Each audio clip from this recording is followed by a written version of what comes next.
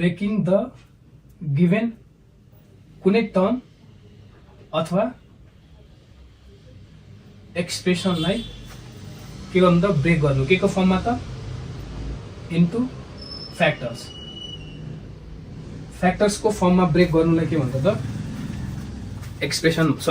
Factorisation भन्छ के भन्छ फ्याक्टराइजेसन कुनै पनि टर्म अथवा एक्सप्रेसनलाई के को फर्ममा फ्याक्टरको फर्ममा त्यसको मल्टिपल्सको फर्ममा ब्रेक गर्ने प्रोसेसलाई के भन्छ त फ्याक्टराइजेसन भन्छ फर एक्जाम्पल जस्तै 12 अब यसको फ्याक्टराइजेसन भनेको के हो त 2 into 2 into 3 यो भनेको के हो त फ्याक्टराइजेसन सो यो प्रोसेस चाहिँ के हो त फ्याक्टराइजेसन हो यो चाहिँ हामीले के गर्यौं त टर्मको जस्तै 12AQ भनेको के त 2 into 2 into 3 into A into A into A so यो के हो त फ्याक्टराइजेसन त्यसैगरी एक्सप्रेसनको केसमा के त जस्तै 6x plus 2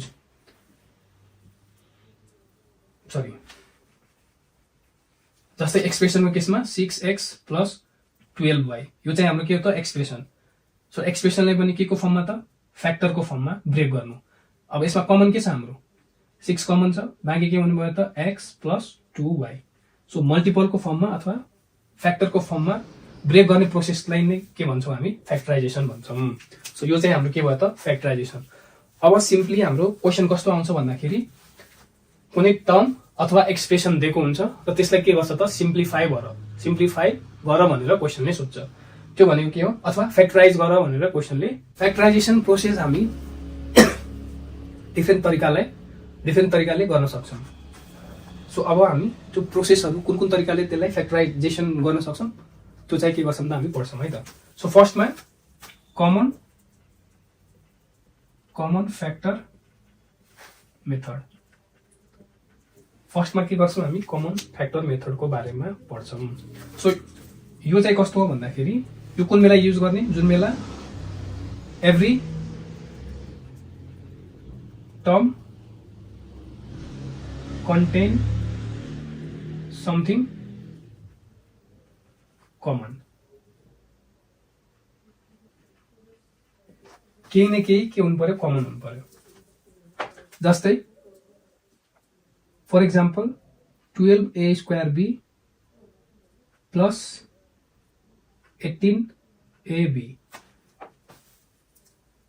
यो के थियो त एउटा एक्जाम्पल क्वेशनले के भन्यो फ्याक्टराइज इट के गर्यो त क्वेशनले के भन्यो फ्याक्टराइज इट सो फ्याक्टराइज भनेको के हो त हामीले के गर्नु त फ्याक्टरको फर्ममा लेख्नु सो यो कमन फ्याक्टर मेथडमा के हुन्छ त every term contain something common यो मेथड हामीले कुन बेला युज गर्छौं जुन बेला सबै टर्ममा के हुन्छ सर्टेन कुराहरू कमन हुन्छ सो कमन भयो भने चाहिँ के गर्ने त कमन फ्याक्टर मेथड अब यसमा कमन फ्याक्टरहरू के हो त दुईटैमा कमन हुने के छ यसलाई ब्रेक गर्नु हो भने के आउँछ 2 into 2 into 3 a square b plus यसलाई के लेख्नु पायौं हामीले 2 into 3 into 3 into a into b यसरी लेखिराख्नु पर्दैन मैले जस्ट बुझाउनलाई चाहिँ यो लेखेको है त इक्वल्स टु अब यो दुईटै टर्ममा कमन के छ त हाम्रो 2 कमन छ 2 कमन छ 2 लेख्नु पायो यो 2 कमन छ त छैन 3 कमन छ त छ into 3 अर्को के कमन छ एउटा a कमन छ अर्को एउटा b कमन छ यहाँ दुईटा a छ तर एउटा मात्र a कमन हुनु सो a अर्को के कमन छ त हाम्रो b भनेपछि कमन के आउनु भयो 2 into 3 ab बाँकी के हुनु भयो त यहाँ केमा के हुनु भयो यहाँ 2 a प्लस यहाँ केमा के हुनु भयो 3 ab त गइसक्यो भनेपछि 3 मात्र बाँकी हुनु भयो सो कमन रिजल्ट के आउनु भयो त हाम्रो 3 2 जा 6 ab कमन बाँकी के हुनु भयो 2a plus 3 के बाँकी हुनु भयो त 2a plus 3 सो यो चाहिँ कमन फ्याक्टर मेथड भयो सबै टर्ममा के हुनु भयो कमन कुराहरू चाहिँ हुनै पर्यो यो मेथड युज गर्न हामीले के युज गर्न सक्छौं त कमन बाइ ग्रुपिङ मेथड अर्को फ्याक्टराइजेसन हामीले कसरी गर्न सक्छौं त बाइ ग्रुपिङ मेथड सो यसमा कस्तो टाइपको क्वेशन गर्ने त कस्तो टाइपको क्वेशन हुन्छ जस्तै ax plus ay plus bx plus by यस्तो टाइपको क्वेशन अब यसलाई ग्रुप गरेर के गर्नु पर्यो हामीले सल्भ गर्नु पर्यो सो यहाँ हेर्नुस् त पहिला के गर्नु पर्यो हामीले लाइक टर्महरूलाई के गर्नु पर्यो, एक ठाउँमा राख्नु पर्यो। सो लाइक टर्म यहाँ के छ, एएक्स र BX, ax plus BX plus अर्को के छ, एवाई प्लस बीवाई। अब कमन लिनु त, यो दुटामा कमन के छ हाम्रो, एक्स कमन छ, के बाँकी हुनु भयो, ए प्लस बी। त्यसै गरी प्लस यो दुटामा कमन के छ, वाई, बाँकी के हुनु भयो, ए प्लस बी। अब हेर्नुहोस् त, यो र यो के हुनु भयो, छुट्टा छुट्टै टर्म। अब यो दुईटा टर्ममा कमन के छ त हाम्रो, ए प्लस बी, अर्को के छ, ए प्लस बी, भनेपछि ए प्लस बी र बाँकी के हुनु भयो त, एक्स प्लस वाई। सो यो चाहिँ के भयो त, by grouping method of factorisation. So factorisation by grouping मेथडमा हामी के गर्ने, यस्तो टाइपको चारवटा टर्म भएको र दुईवटा भेरिएबल्सहरू कमन छ भने कमन भेरिएबल्सहरूलाई के गर्ने त, बाई ग्रुप गरेर ग्रुप बनाएर के गर्न सक्छौँ त, हामीले फ्याक्टराइज गर्न सक्छौँ। त्यसै गरी अर्को मेथड के छ, बाई आइडेन्टिटिज। के को त, आइडेन्टिटिज भनेको कस्तो त, जस्तै जुन फ्याक्टरहरूलाई जुन एक्सप्रेसनहरूलाई डाइरेक्टली हामीले के को फर्ममा लगाउन सक्छौँ त, फर्मुलाहरूको फर्ममा। जस्तै 4m² माइनस n²। अब हेर्नुहोस् त, यसलाई हामीले यस्तो टाइपको क्वेसनहरूलाई के गर्नु पर्यो त, यसको फर्महरू हुन्छ, के हुन्छ, फर्महरू, आइडेन्टिटिजहरू के गर्नु पर्यो, आइडेन्टिफाई गर्नु पर्यो हामीले। जस्तै यो हेर्नु भने कोसँग एसेम्बल वर्क गरिरहेको त, यसलाई हामीले 2m को होल स्क्वायर लेख्न पाउँछ, मजाले पाउँछ। 2 को स्क्वायर भनेको 4, m को स्क्वायर भनेको m² माइनस n को होल स्क्वायर भनेको त n²। अब यहाँ हेर्नुहोस् त, यसलाई हेर्नु हो भने यो के को फर्ममा छ त, a² माइनस b² को फर्ममा छ कि छैन, छ, डेफिनेटली छ। भनेपछि अब यो चाहिँ के भयो त, आइडेन्टिटिजको फर्ममा छ। के को फर्ममा त, आइडेन्टिटिज, मतलब कुनै न कुनै फर्मुलाको के गरिरहेछ त, रिजेम्बल गरिरहेछ। सो त्यस्तो क्वेसनहरूलाई के गर्छौँ त, हामी आइडेन्टिटिजको फर्ममा लगेर सल्भ गर्छौँ। अब a² माइनस b² को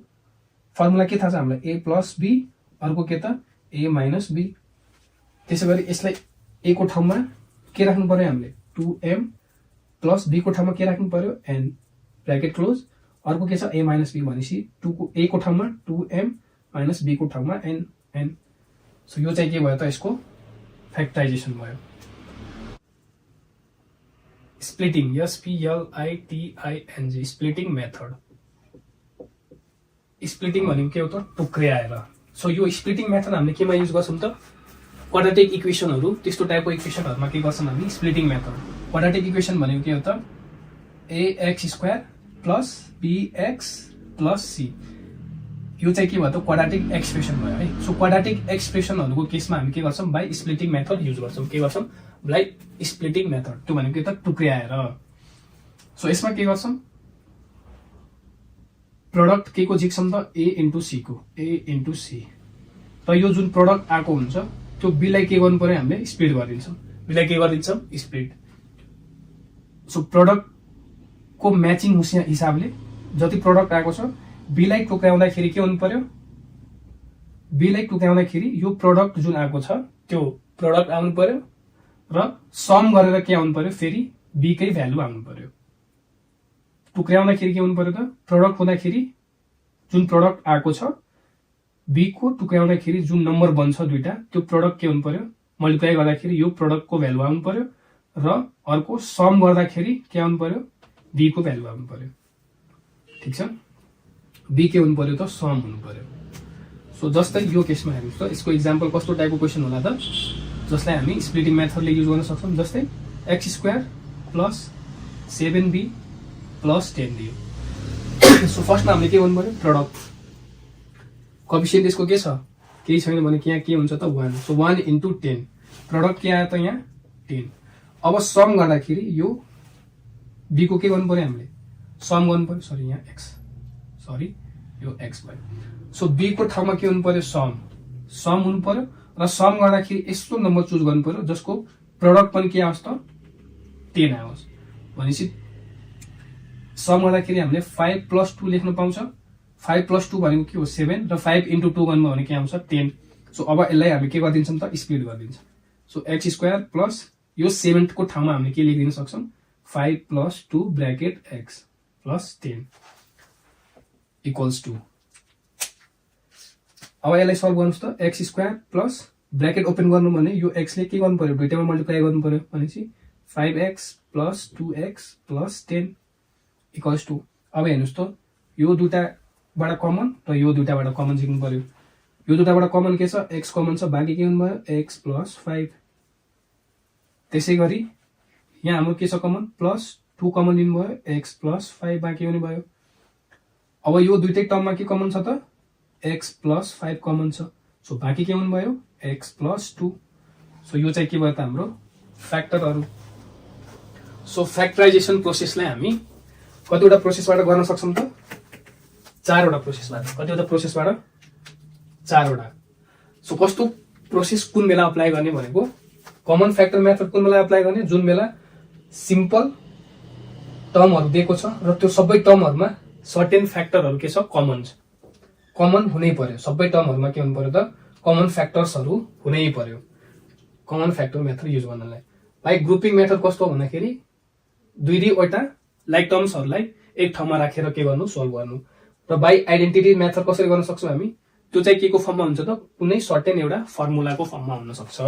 जस्तै यहाँ a² - b² को फर्ममा थियो a + b को होल स्क्वायर को फर्ममा पनि हुन सक्छ a - b को होल स्क्वायर को फर्ममा पनि हुन सक्छ a³ + b³ को फर्ममा पनि हुन सक्छ कुनै फर्मुलाको फर्ममा हुनु पर्यो त्यो चाहिँ हजुरले के गर्नुभयो प्र्याक्टिस गर्दै जानु भने हुन्छ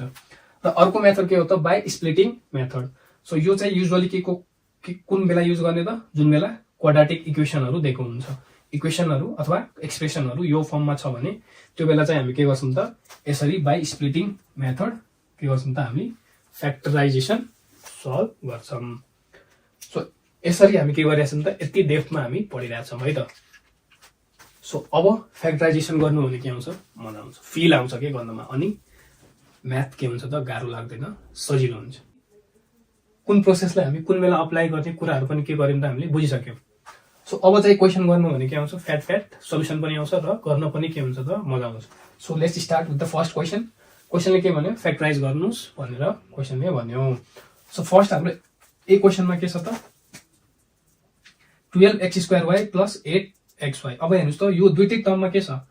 म्याक्सिमम कुराहरु के छ त कमन छ भनेपछि यसलाई हामी कमन मेथडले युज गर्न सक्यो सो यसको सल्युसन के आउने भयो त ए को सल्युसन के गर्न सक्नु भयो त 12x² +